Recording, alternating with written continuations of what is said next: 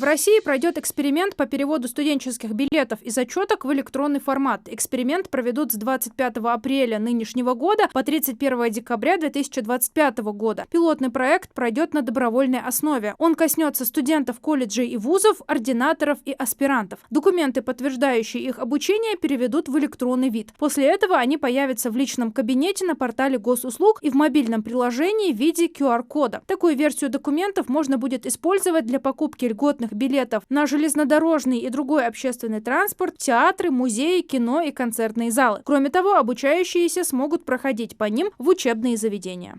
В Сунже завершены дорожные работы по асфальтированию улицы Выгонная протяженностью 650 метров. Как сообщили в мэрии города, реконструкция участка дороги была необходима, так как здесь расположена новая школа. Обновленное покрытие обеспечит комфортный и безопасный подъезд к школе. Социальный объект был построен в рамках реализации национального проекта. Его сдача в эксплуатацию запланирована на текущий год.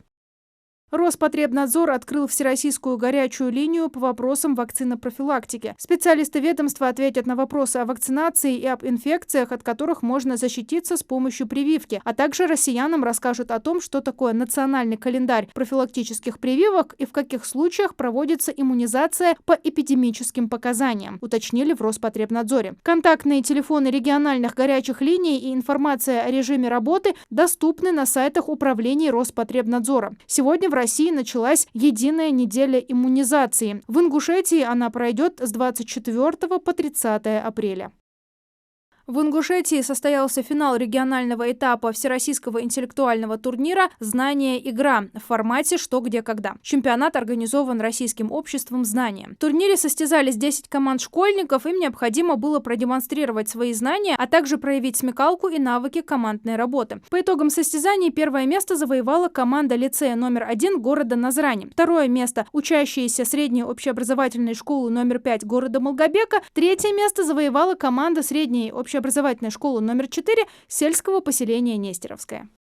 Согласно утвержденному правительством России производственному календарю, с 22 по 27 апреля россиян ожидает 6-дневная рабочая неделя, после чего наступят долгожданные майские праздники. Отдых запланирован с 28 апреля по 1 мая и с 9 по 12 мая. Для сглаживания графика рабочих дней выходной с 27 апреля будет перенесен на 29 апреля, что приведет к 6-дневной рабочей неделе перед майскими праздниками. Также выходной со 2 ноября будет перенесен на 30 апреля. Дополнительные 4 выходных дня с 9 по 12 мая стали возможными благодаря переносу праздничного дня с 6 января на 10 мая. Компания АСМ Групп приступает к обследованию и проектным работам по башенному комплексу Гаркы в Горной Ингушетии. Комплекс насчитывает 1 боевую, 2 полубоевых и 16 жилых башен, а также 4 склепа.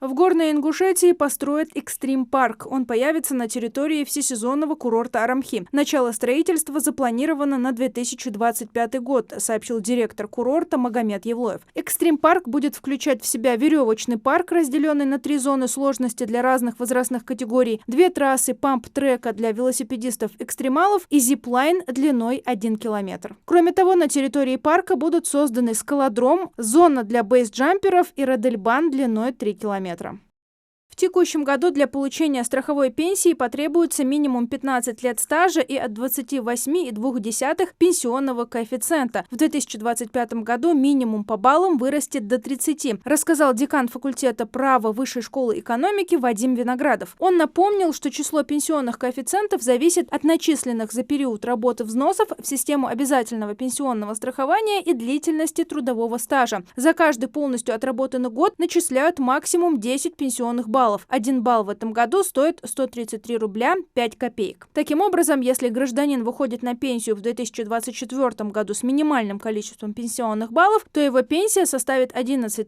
886 рублей 89 копеек. Ставку по семейной ипотеке планируют поднять до 12%, пишут «Известия». Этот вариант обсуждают в связи с продлением социальной программы до 2030 года. Продлить программу семейной ипотеки предложил президент России Владимир Путин во время проведения прямой линии. При этом глава государства отметил, что условия ипотеки должны сохраниться для тех, кто воспитывает ребенка до 6 лет. Поэтому Минфин обсуждает несколько вариантов. Один из них – повышение ставки до 12% для семей с детьми старше 6 лет. Если Центробанк сможет добиться снижения инфляции и ставки по ипотеке упадут, можно будет рефинансироваться. А когда в молодой семье появится малыш, родители смогут взять семейную ипотеку под 6%.